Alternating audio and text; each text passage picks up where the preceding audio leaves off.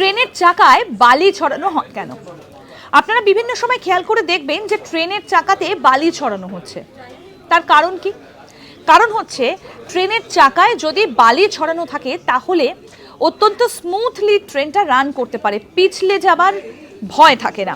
যেমন বালির কাজ অত্যন্ত গুরুত্বপূর্ণ, ইঞ্জিন যখন চালু হয় তখন ধীরে ধীরে তার গতি বাড়াতে পারে এবং পিছলে যায় না। সেই কথা মাথায় রেখেই এই বালিটা দেওয়া হয়ে থাকে।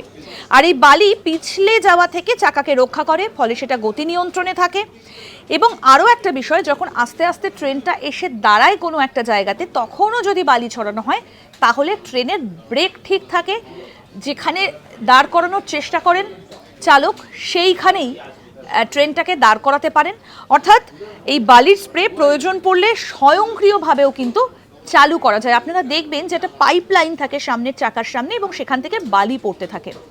এটাই হচ্ছে সেই কারণ, যাতে ট্রেনটা খুব সহজে দাঁড় করানো যায়, স্মুথলি দাঁড় করানো যায়, পিছলে না যায়, এবং সেই কারণে স্বয়ংক্রিয়ভাবে এই বালিটা চালুও করা যায়। দেখতে থাকুন আজ তাক বাংলার ইউটিউব চ্যানেল, সাবস্ক্রাইব করুন।